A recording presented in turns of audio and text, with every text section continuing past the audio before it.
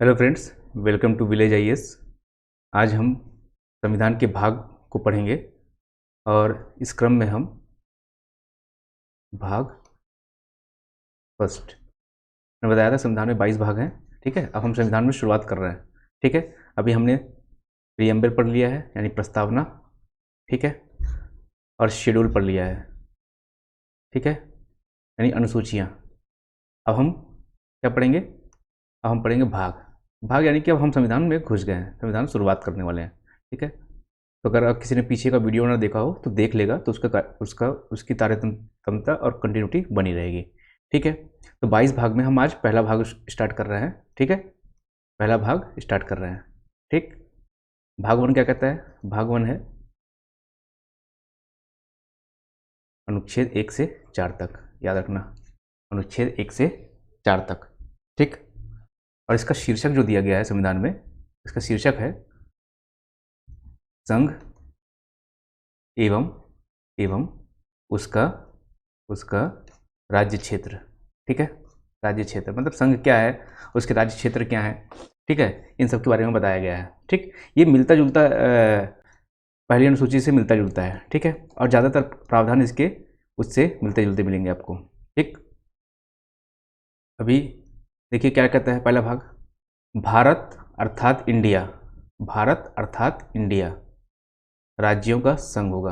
अब मैं आपको वही इंपॉर्टेंट चीज़ें बताऊंगा क्योंकि ये संविधान की भाषा है। अगर किसी को ओरिजिनल संविधान डाउनलोड करना है तो विधि मंत्रालय है, उसकी साइट पे जाके, है ना, ministry of law and justice, यहाँ पे जाके डाउनलोड कर सकता है। ठीक है, मिल जाएगा आपको ओरिजिनल, वहीं की भाषा ली गई है, किसी किताब की भाषा नहीं है। ठीक है, तो भारत अर्थात इंडिया राज्यों का संघ होगा। अब 2-3 इंपॉर्टेंट, इसका इंग्लिश वर्जन भी जहाँ अंग्रेजी की जरूरत होगी, इंग्लिश की जरूरत होगी, मैं आपको बता दूंगा। तो इसमें क्या क्या लिखा है? इसका में लिखा हुआ है India that is Bharat shall be a union of states। ठीक है, मैंने इसको इंग्लिश में क्यों लिखा है? बहुत ज़रूरी है। पहली बात तो आप ये देख लो कि भारत और इंडिया एक ही देश के दो नाम हैं। ठीक, संविधान सभा में जब ये बहस चल रही थी कि एक ही देश के दो नाम क्यों होने चाहिए, तो आपको पता है कि हमारा देश पहले अंग्रेजों का गुलाम था।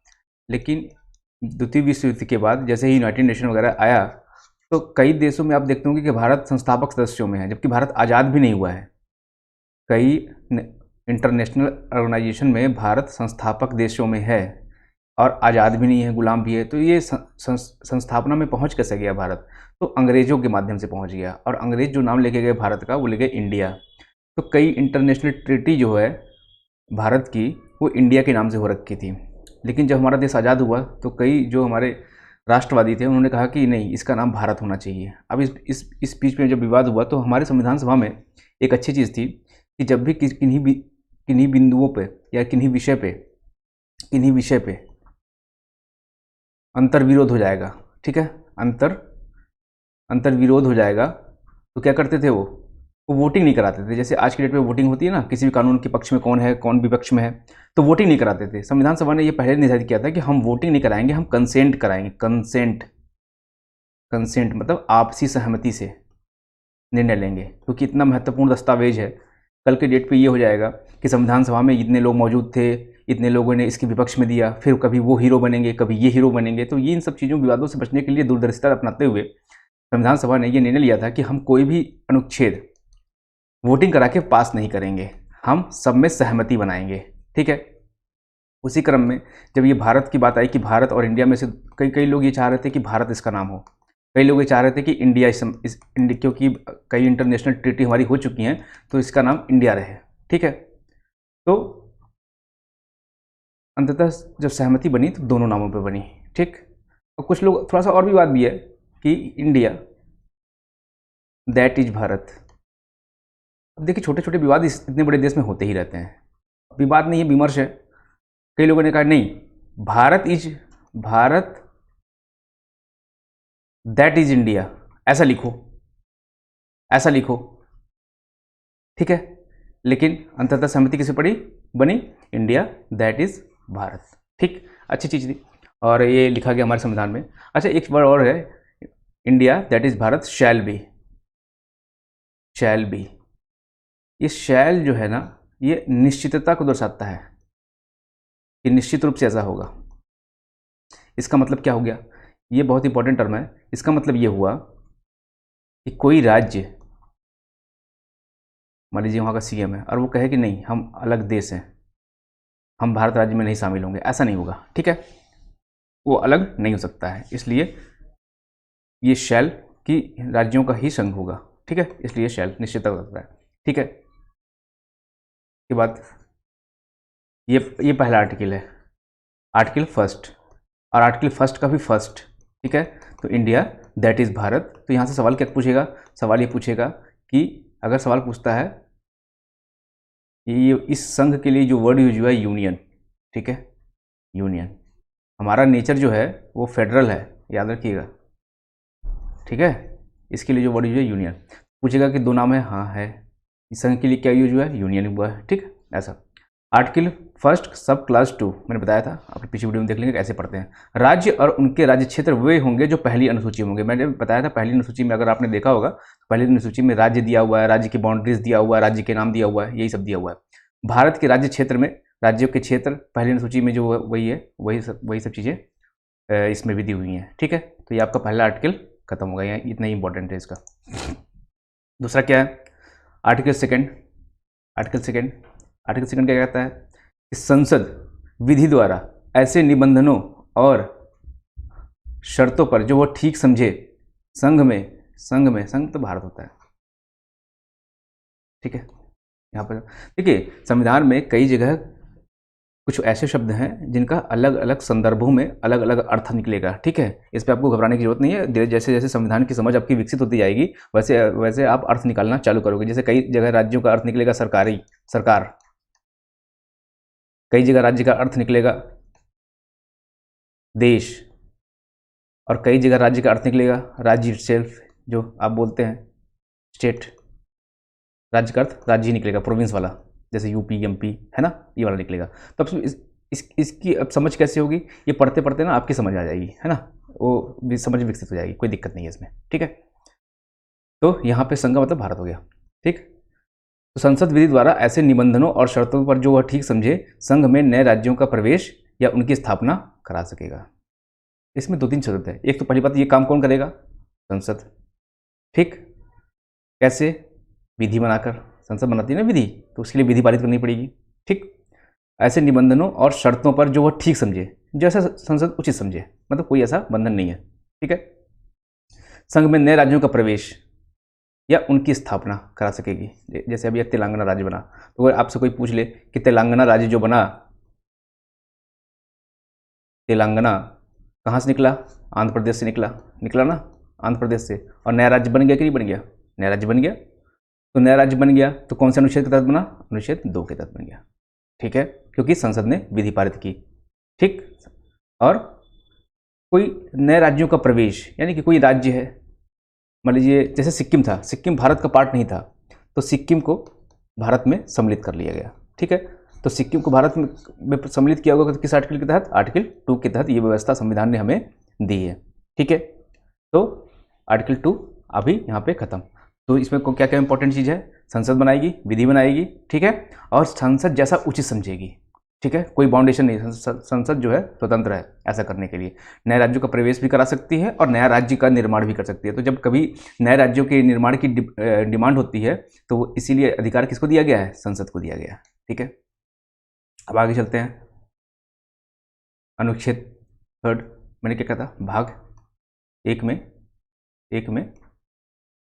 में कितने अनुच्छेद हैं, 1 से 4, यानी 4 अनुच्छेद है। ठीक है, संसद, फिर से संसद को क्या, विधि द्वारा किसी राज्य में से किसी उसका राज्य क्षेत्र अलग करके अथवा 2 या अधिक राज्यों को या राज्यों के भागों को मिलाकर अथवा किसी राज्य क्षेत्र के किसी राज्य के भाग के साथ मिलाकर नए राज्य का निर्माण कर सकेगी।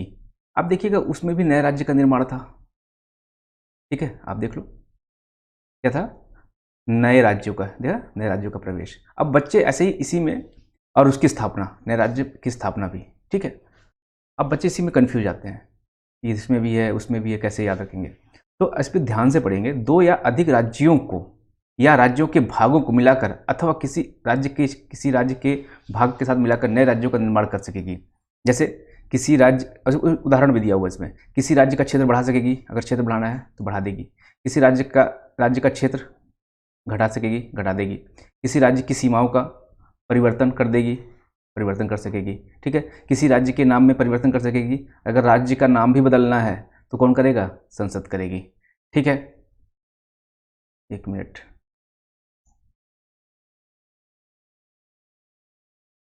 परंतु इस प्रयोजन के लिए कोई विधेयक राष्ट्रपति की सिफारिश के बिना, ठीक है,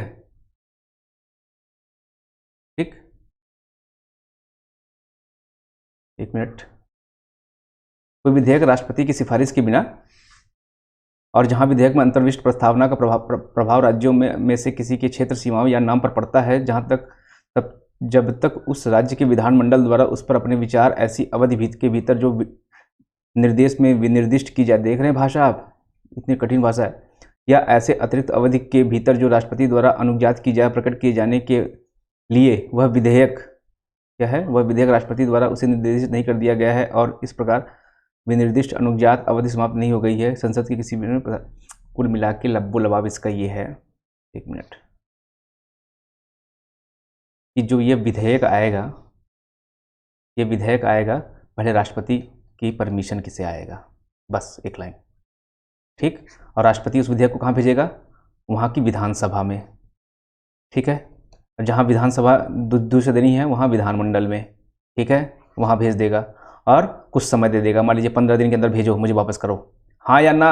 वो क्या करता है, उस पर कोई बाध्यता नहीं है। अगर मान लीजिए किसी ने कहा, आंध्र प्रदेश ने कहा कि नहीं, तेलंगाना नहीं बनना चाहिए, तेलंगाना नहीं बनना चाहिए। मान लीजिए राष्ट्रपति ने भेजा उसको, राष्ट्रपति ने भेजा कहाँ? आंध्र प्रदेश के विधानमंडल में, और आंध्र प्रदेश के विधानमंडल ने क्या कहा कि नहीं, हम नहीं चाहते कि तेलंगाना बने। ये कहने का अधिकार इसको नहीं है। सिर्फ ये भेजेगा कि हम बना रहे हैं, आप लौटाओ 15 दिन के अंदर, हाँ या ना, वो आपकी मर्जी है, हम मानेंगे नहीं उस चीज़ को, ठीक है। तो कुल मिला के इतनी चीज़ों का सार क्या निकला? ये सार ये निकला कि यह विधेयक क्या करेगा? राष्ट्रपति के परमिशन से आएगा, ठीक। राष्ट्रपति क्या करेगा? उस जो जहाँ से वह राज्य निकल रहा है, ठीक है, उसकी विधानमंडल में चला जाएगा और उसकी विधानमंडल पारित करेगी कि 15 दिन के अंदर, 20 दिन के अंदर, चाहे जो भी राष्ट्रपति ने समय दिया हो। और एक चीज़ और याद रखिएगा, एक मिनट,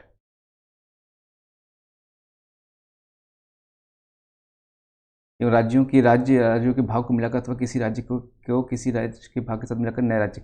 एक मैंने अभी बताया था पिछले वाला, ये जो तेलंगाना बना है ना, नया राज्य का निर्माण कर सकेगी, ये बना है अनुच्छेद 3 से, ठीक है, याद रखिएगा, इससे बना होगा, ठीक है।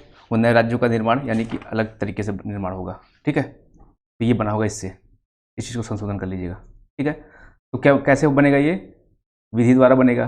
कौन बनाएगा? संसद।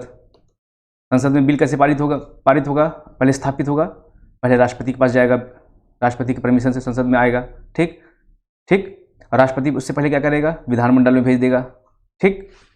और विधानमंडल चाहे हाँ कहे चाहे ना कहे, ये संसद की मर्जी है, उसको माने या ना माने, ठीक है। और नया राज्य बन जाएगा तो संविधान संशोधन हो जाएगा, ठीक है। कोई दिक्कत नहीं। आगे चलते हैं। अनुच्छेद 4 क्या कहता है? यहाँ पे सुधार लीजिए, ये अनुच्छेद 4 है, ठीक है, अनुच्छेद 4 है। 2 या 3 यानी कि अनुच्छेद 2 जिसमें नए राज्यों का निर्माण, एक नया राज्य ही है, और या कि नए राज्यों की पुनर्स्थापना। और अनुच्छेद 3 दो राज्यों में से किसी का क्षेत्रफल निकाल के नया राज्य का निर्माण करना, ये। अच्छा, ये आप एक चीज़ और याद रखिएगा, छत्तीसगढ़, झारखंड और उत्तराखंड, ये यूपी से, ये बिहार से, ये एमपी से निकाल के नए राज्य बनाए गए थे सन 2000 में, ठीक है। तो ये भी अनुच्छेद 3 के तहत बनाए गए थे, ठीक है, क्योंकि किसी राज्य के भाग से निकाल के बनाए जा रहे हैं, ठीक है। और तेलंगाना बनाया गया 2014 में, ये भी कहाँ से बनाया गया होगा? ये भी अनुच्छेद 3 के तहत। तो वही कह रहा है कि अनुच्छेद 2 के तहत अगर कोई नया राज्य बनाया जाए, और अनुच्छेद 3 के तहत कोई नया राज्य बनाया जाए। ठीक है। निर्देश किसी विधि में पहली अनुसूची और चौथी अनुसूची के संशोधन के लिए ऐसे उपबंध अंतर्विष्ट होंगे जो उस विधि के उपबंधों को प्रभावी करने के लिए आवश्यक हों तथा ऐसे अनुपूरक अनुषांगिक परिणामिक उपबंध भी जिनके अंतर्गत ऐसी विधि से प्रभावित राज्य या राज्यों के संसद में और विधानमंडल या विधानमंडलों में प्रतिनिधित्व के बारे में अंतर्विष्ट हो सकेंगे, जिन्हें संसद आवश्यक समझे। अब ये भाषा आप लिख पाओगे क्या एग्जाम में? ये जिंदगी भर पढ़ोगे ना, तब भी नहीं लिख पाओगे। ठीक है, सिंपल सी बात है कि इसका सार मैं बता देता हूँ। पूर्वोक्त प्रकार की कोई विधि अनुच्छेद 368 के प्रयोजन के लिए संविधान का संशोधन नहीं समझी जाएगी। अब इसका मतलब क्या हुआ? अब मैं बताता हूँ इसका मतलब क्या हुआ। थोड़ा मीडिया में मिटा लूँ इसका मतलब, फिर मैं इतने कठिन शब्दों का, ये बच्चों पर ना, ये शब्दों का जो प्रहार किया गया है ना, ये प्रहार ही तो है। ये ऐसे शब्द हिंदी के, तो इसका मतलब ये हुआ कि अगर अनुच्छेद 2 और 3 का प्रयोग किया गया, ठीक, और संविधान की अनुसूची फर्स्ट जिसमें राज्य के नाम और राज्य क्षेत्र दिए गए हैं। भैया आपने तेलंगाना बनाया तो अनुसूची फर्स्ट में तो तेलंगाना लिखा नहीं रहा होगा आपने, क्योंकि आपने बनाया नहीं था। अब आपने नया बना दिया तो तेलंगाना वहाँ लिखेंगे ना, तेलंगाना। ठीक। अब अनुसूची 4 क्या है? राज्यसभा सीटों का बंटवारा। तो राज्यसभा सीटें भी कुछ देंगे तो उस सीट लिख देंगे कि तेलंगाना के आगे कि मैं इसको 8 सीट दे रहा हूँ, राज्यसभा की 8 सीटें रहेंगी। तो ये जो ऐसा करने पर जो इसमें परिवर्तन आएगा वह 368 के तहत, ये 368 के तहत, आपको पता है कि 368 संविधान में संशोधन करने की ताकत संसद को भी दी गई है। ठीक है। जैसे अभी तक 105 संविधान संशोधन हो गए हैं, 105। तो आपने देखा होगा कि 105 ये शब्द क्या है? 105 बार संविधान संशोधन हो गए हैं। लेकिन अगर कोई बार बार नया राज्य बना रहा है, नया नाम परिवर्तित कर रहा है और ये सब चीज़ें कर रहा है, तो उसको संविधान संशोधन नहीं समझा जाएगा। 368 के तहत संविधान संशोधित हो गया लेकिन उसको काउंटिंग नहीं की जाएगी। ये इस अनुच्छेद का मतलब है। बात समझ गए क्या मतलब हुआ इसका?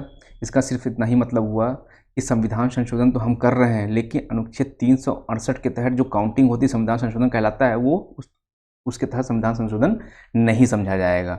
एक बार फिर से इसको चीज़ को दोबारा देखिएगा, आपको समझ में आ जाएगा। ठीक है। Thank you for watching village IAS।